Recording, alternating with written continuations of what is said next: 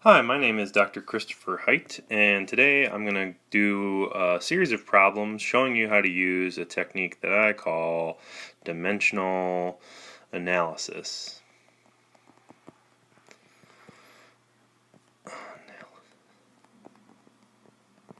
Some people call this method the factor label method or the unit factor method, but I learned it as dimensional analysis. So, what is dimensional analysis? We've gone over this in class several times. It's basically the ability to set up a bunch of unit conversion factors all in a row, cross out all your units so that your reported value is in the units that you want it to be reported in after carrying it through via basic arithmetic a bunch of conversions. So I want to work on this problem set that was a part of our group worksheet for chapter 3. And here we're going to show you how to use dimensional analysis and Avogadro's number and atomic mass of various elements to calculate the number of atoms in a given mass, or the mass in a given number of atoms or molecules, the weight of a single atom of something, and how to use this dimensional analysis in order to make your life easier. So let's begin on this this first problem. So what are we given here in our first problem? We are given 25.1 grams, and we're asked to find the number of atoms in 25.1 grams of argon. So before you start, just look at the given. How many significant figures? 25.1. There are 3 significant figures there, so that means your answer is limited to 3 significant figures. Okay, so I always start by putting my given over 1, because any number over 1 is just itself, so there's no units on that bottom part. So what do I notice is going on here? I want to start by looking up the atomic mass of argon, because that'll help me calculate the number of atoms in this mass. So the atomic mass of argon is 39.948. 39.948 grams, and that is in 1 mole. So anytime you have an atomic mass, which is the on your book the number underneath the letter symbol, that you can write as units of grams per mole. Okay, but what do I notice about, so I like to put parentheses around my unit conversion factors because it kind of helps me keep them in line. But this is in the wrong orientation. The gram should be in the denominator, not the numerator, in order to cancel them out. So I want to erase this and rewrite it. Okay, so now I've rewritten this unit conversion factor as 39.948 grams of argon under 1 mole. So then I have grams so that I can cancel them out. So is this enough? So if I do this math, what are my units going to be? Grams will cancel and I'll have moles. But moles is not what I want to report my answer in. I want to report my answer in number of atoms. So to get the number of atoms, I use Avogadro's number. So here, we just use the relationship, the defined relationship that Avogadro's number of particles, in this case atoms, 6.022 times 10 to the 23rd atoms in 1 mole. So that's the equivalent of me writing 144 whatevers in 1 gross. Alright, so it's just a number that represents 1 mole. So there are always 6.022 times 10 to the 23 atoms, particles, ions, whatever in 1 mole. Just like there are always 144 whatever in 1 gross. Okay? So this is another unit conversion factor. I've got the moles on the right position to cross out. Now I'm going to zoom out and I'm going to cancel. So I like to wait to the end to cancel just so I can see it all happening. So grams cancel, moles cancel, and what am I left with? Atoms is my only unit that I'm left with. So then I go through and I do the math do the arithmetic, and what do I get? I get that this all equals, switch back to black, what does it equal? 3.783723 blah blah blah blah times 10 to the 23rd. But what do I notice about this number? Way too many significant figures, right? So what were we limited to? We were limited to 1, 2, 3 over here, so we're going to make this match. So if I had 3 significant figures here, to 1, 2, 3, do I have to round? Is this number greater than 5? Nope. So I can just go through and erase all these numbers, right? Let's see, I'll rewrite that. So now I have my 3 significant figures. I'll make sure times 10 to the 23, and put the units, always put the units, atoms, and that's my answer. So there are 3.78 times 10 to the 23 atoms of argon and 21.5 grams of argon. So now let's go the other direction. So we're given, in this problem, mass in grams. Oh, well, no, sorry. We're not given mass. We want, what is the mass in grams of 7.89 times 10 to the 34th molecules of H2? So this is what we're given. We're given 7.89, again, 3 significant figures in our given, times 10 to the 34th molecules. Alright? So that's our beginning point, and we want to get to mass in grams. So how do we do that? Well, again, we're going to look up the atomic mass of hydrogen, which is, what was the atomic mass of hydrogen? Is 1.00794. But what do we notice about this? Instead of an atom of hydrogen, we're given molecules of H2. So in every molecule of H2, you got 2 times the mass of a single hydrogen. So the atomic mass of H2 is actually 2 times 1.00794. So what is that? So that equals 2.01588, and that's in units of grams per 1 mole H2. Okay, so then what do we do from here? So this is our unit conversion factor that we're going to use to start to convert molecules of H2 to grams of H2. So I'm going to start over here and rewrite my given, which is 7.89 times 10 to the 34th molecules H2. I'm going to write that over 1, and then I'm going to move over here and write down that first unit conversion with molecules on the bottom. Well, actually, no. I'm going to write down my first unit conversion factor, which I already wrote down, which was 2.01588 grams H2 in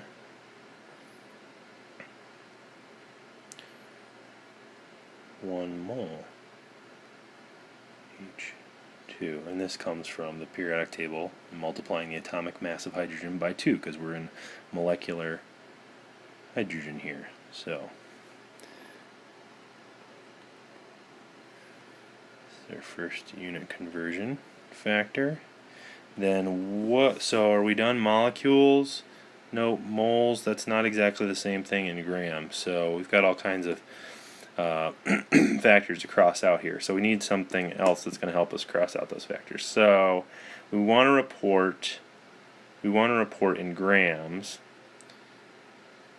And we've got grams, but we've got to get rid of molecules and moles. So how do we do that?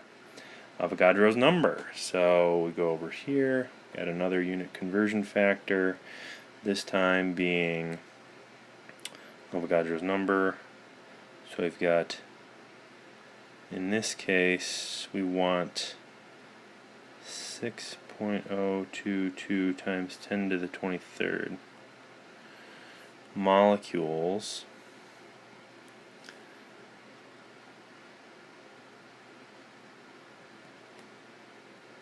in 1 mole. That's the definition of Avogadro's number. So we've got moles in the numerator here and the denominator here. We go back over here. We've got molecules in the numerator here, molecules in the denominator here. So let's just zoom out, see the whole thing. I'm going to use my red color here to do the cancellations. So cancel molecules, cancel molecules. Cancel moles, cancel moles. What are we left with? Grams. Alright, so then we do the math, and what do we get?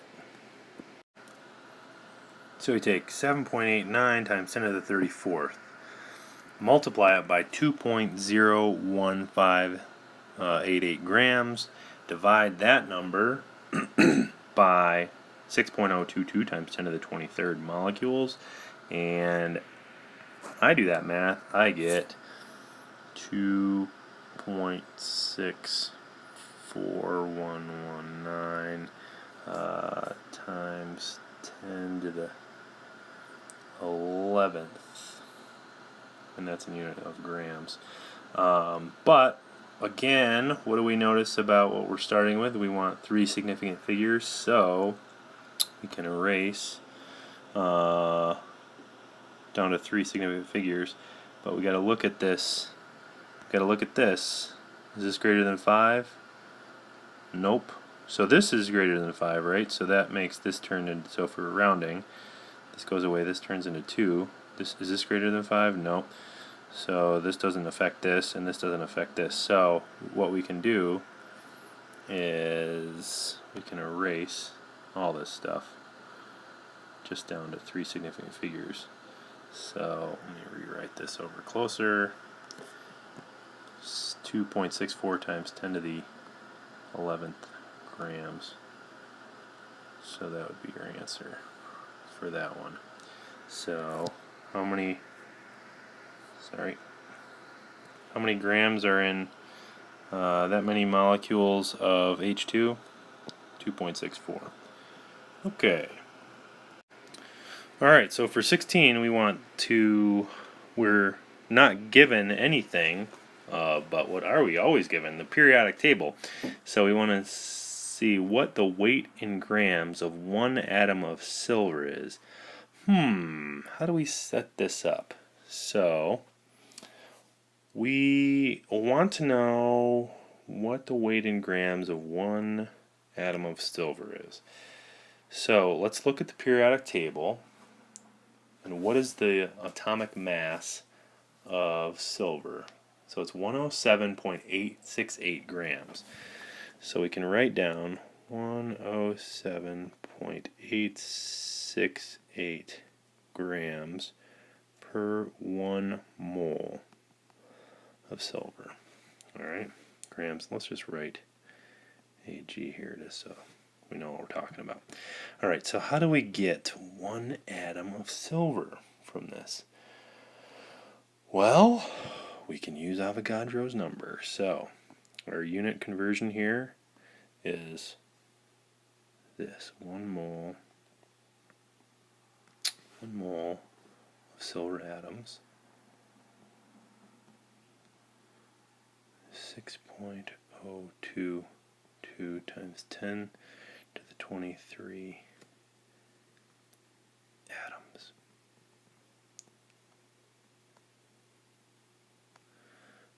So we have grams, we have atoms, and we have moles. Alright, do those all cancel out? Yes, they do, because we want to report weight in grams. So let's go through and cancel out. Moles cancel here. And what are we left with? We're left with grams and atoms. So we're going to be left with the weight in grams per one atom. So all we do is take 107.868, divide that by Avogadro's number, 6.022 times 10 raised to the 23, and what do we get? 1.79123214.879 times 10 to the negative 22 grams per atom. But what are we limited by? Well, we're limited by the number of significant figures that we used in our initial calculation. So if we look at gold, how many significant figures, or not gold, silver? 1, 2, 3, 4, 5, 6. So we're limited to 6 significant figures. But in our calculations, we're only using 4 significant figures for Avogadro's number. And so I'm only going to report to 4 significant figures. You could look up Avogadro's number to more significant figures, but since I didn't, I'm going to just use 4 in my answer. So whatever you use in your calculations, that's what you're limited by. So I'm going to report 1.791. Now the next number here is 2, but that's not greater than 5, so I don't need to round. So that's 4 significant figures times 10 to the negative 22, and this is grams per one atom. Okay? So that's your answer, 1.791 times 10 to the negative 22 grams. And that's how much one atom of silver weighs. Alright, in this next problem, we have to add another unit conversion factor that we haven't added yet, and that's the conversion between milligrams and grams. So they're telling you that your daily recommended amount of calcium is 1,000 milligrams. How many moles of calcium should you be getting every day? So you're given 1,000 milligrams, and take note here that there's a decimal place put at the end so that to signify that there are 1, 2, 3, 4 significant figures in your given. If that dot wasn't there, you'd only have an assumed 1 significant figure. Remember our significant figure rules. If there is a decimal, then anything to the left of that, as long as there's an integer to the left, is a significant figure. If this is just 0.000, all those zeros are not significant. So there are 4 significant figures in our given. So that means we're limited to 4 significant figures in our answer. So start with 1,000 milligrams of calcium over 1. Now what's our first unit conversion? So how many milligrams are in a gram? There are 1,000 milligrams in 1 gram. So that's that relationship is a definition. So we don't have to worry about significant figures there because it's defined as that. Okay, now what's our next conversion? It's going to be moles. So how do we get to the weight in grams of calcium in terms of moles? Well, we'll look at the periodic table. So we look at calcium is 40.078 grams per mole. So we're going to have grams in the numerator, so we're going to put grams in the denominator here. So 40.078 grams calcium in 1 mole calcium. Okay, and then we want to report in moles, so can we do the cancellations here? So milligrams, milligrams, grams, grams. Alright, so everything's canceled. Alright. Yep, everything's canceled and we're left in units of moles. So now let's do the math. So I get 0.0249513, and that's going to be in units of moles. But I'm limited to 4 significant figures, and I want to write it in scientific notation, so I'm going to rewrite this as 2.495. Is this greater than 5, that 1? Nope. So I don't need to round, so times 10 to the negative 2. And that's going to be in units of moles. So that's our answer. 2.495 times 10 to the negative 2 moles. That's how many moles of calcium are in 1,000 milligrams of calcium. Okay, next problem. Gold is often sold in units of troy ounces. There are 31.1 grams per troy ounce. So that right there is a unit conversion factor. So we can write out that there are 31.10 grams in 1 troy ounce. Okay, how many atoms of gold are there in 3 troy ounces? Okay, so 3 troy ounces, you're given 3.00 troy ounces over 1. And this is our first unit conversion factor. And then, how many atoms? Okay, so how many atoms do we have here? I might run out of room. So, what do we need to look up to get to atoms? Well, we need the atomic mass of gold. So what's the atomic mass of gold? Gold symbol is AU. So we're going to go through here and look up AU. What's your mass? It is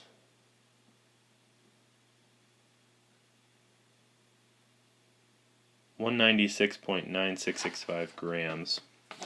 So 196.966 grams of gold in 1 mole. Okay, so is this in the right orientation? Got grams here and grams here, so no, this is not in the right orientation. So I am going to remove that unit conversion factor and rewrite it as the same thing but inverted. So I'm going to write 1 mole over the molecular mass, or the atomic mass of gold, which is 196.9665 grams. Okay, now I've got grams in the right spot. Now, how do I figure the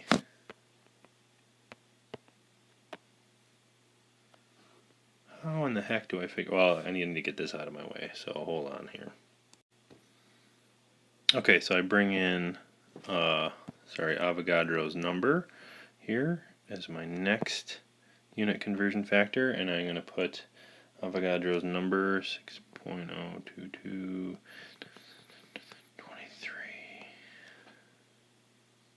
atoms in this case, divided by 1 mole.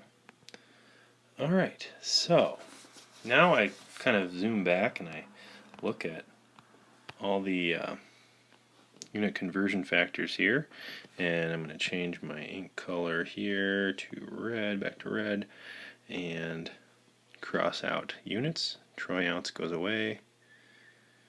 Grams go away. Moles go away. Alright, and what am I left with? Atoms. So I do the math, and what do I get? So it's 3.00 times 31.10. That's 93.3 divided by 196.9665. That's 0.473684611348.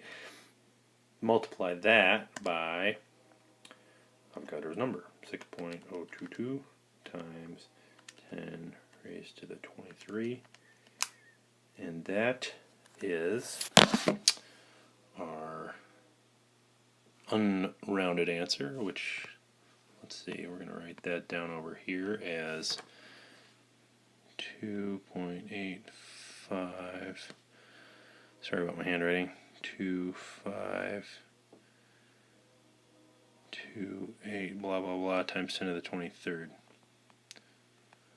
So now let's go and look at our givens. So we're given, one of our givens is only 3 significant figures, and so we can erase and round to 3 significant figures. So this is an interesting one. So let's just look here. So 8 rounds to 3. 3 is not greater than 5, so it doesn't affect that. 5 rounds this to 3. So when we get rid of all these, this should go to 3. But we only want 3 significant figures. This is not greater than 5, so that just goes away. So we can just erase all these and report our answer as 2.85 times 10 to the 23. 2.85 times 10 to the 23. And this is atoms.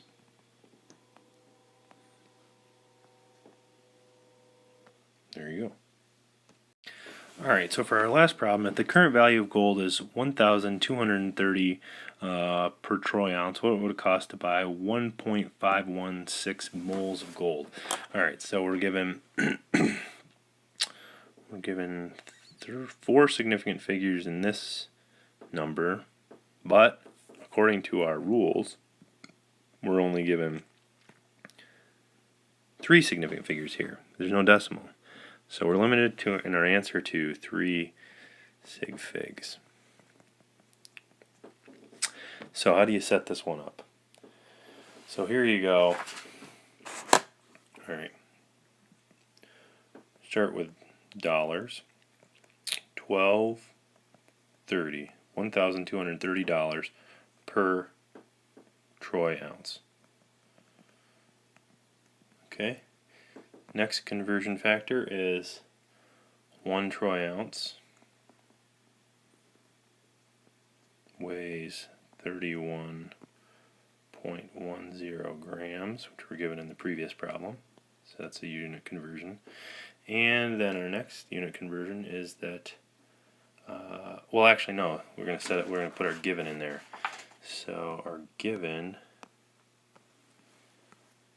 is 1.516 moles. 1.516 moles. And you could have put this at the beginning too. I'm just going to put our given over 1, like we always do. And then,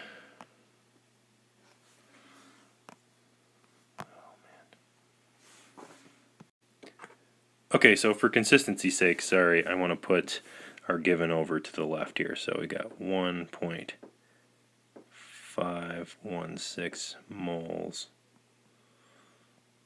over 1.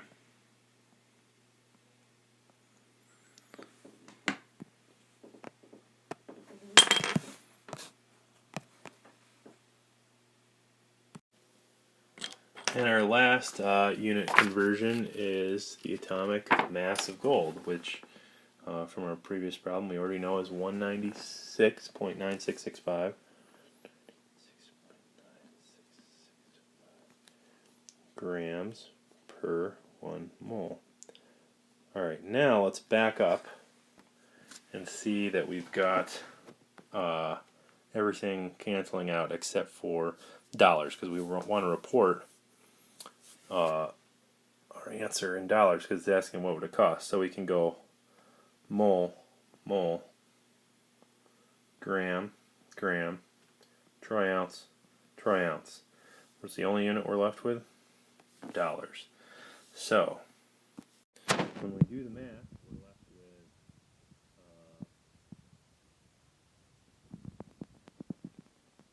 11,810 dollars. And what will we limit it to in terms of our starting significant figures? So let's go back over here. Remember I said we were limited to 3 significant figures, so if we round this to 3 significant figures, we're going to have that be 1 through 3, right? So we can report this as either 11,800, if that's number of significant figures, or we could report it as 1,800.